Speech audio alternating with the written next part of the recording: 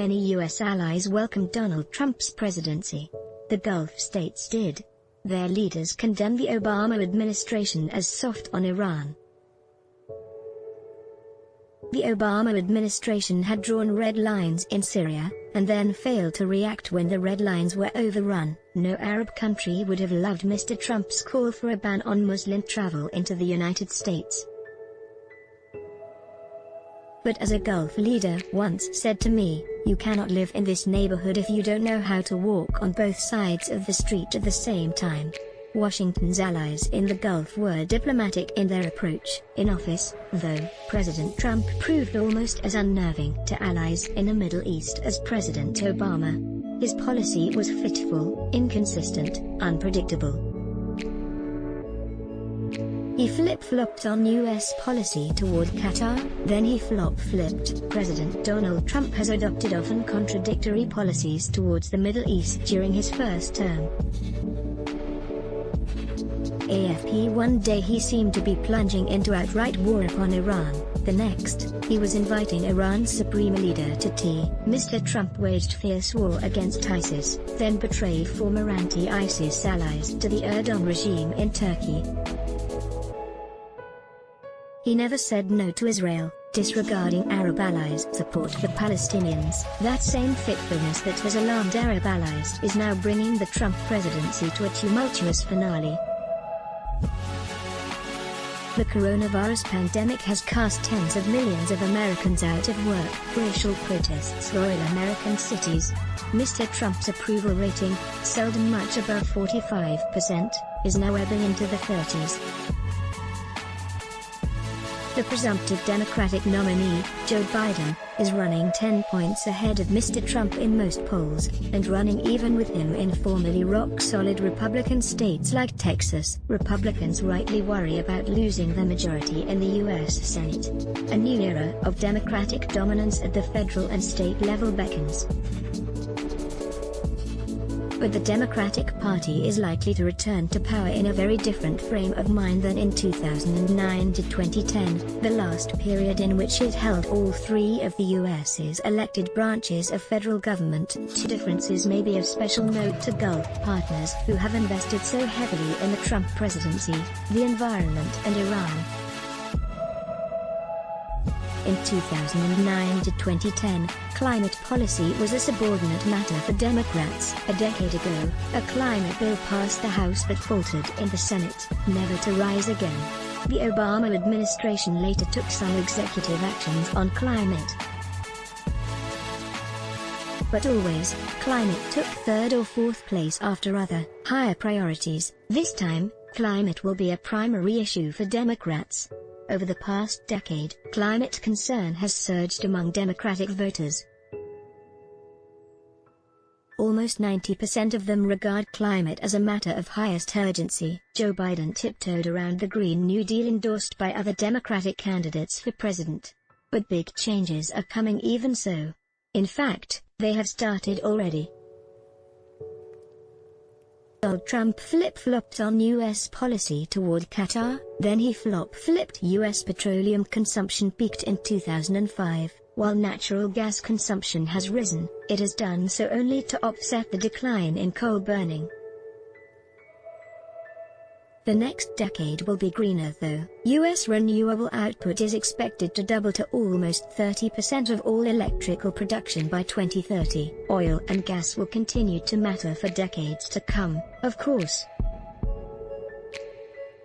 Mr. Biden's energy plans project that the U.S. will continue to burn some oil, some gas, and some coal until 2050. China, India and other emerging economies will surely need even longer to transition, although their pace of change may be forcibly accelerated by developed world tariffs on carbon-emitting goods and services.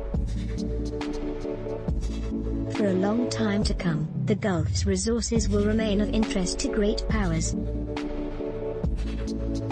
Still, as oil and gas become less central to the U.S. economy, the Gulf region could become less central to U.S. foreign policy. Since 1990, the U.S. has been drawn into two major wars and uncountable other military engagements to protect the Gulf. Future demand for Gulf oil will be characterized more by the rise of China and India than by the US economy. Saudi Aramco handout photo. Mr. Trump, supposedly a less interventionist president, twice came to the verge of war with Iran, in July 2018 and December 2019. It is hard to imagine that level of US engagement continuing in the 2020s, no matter how important energy from the Gulf remains to non-US consumers. Both the Obama and Trump administrations, Iran ranked at the top of US international priorities, for Mr. Obama, as a target of transformational diplomacy, for Mr. Trump, as a target of coerced regime change. Both Mr. Obama and Mr. Trump came to office determined to reverse every action of their immediate predecessor.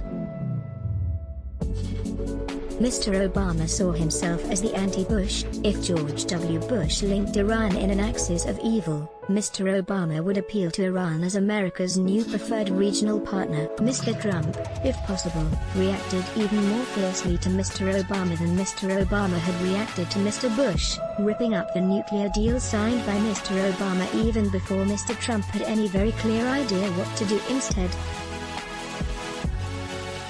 Facing a global pandemic and economic crisis, that level of focus on one mid-sized country in one region is simply not sustainable.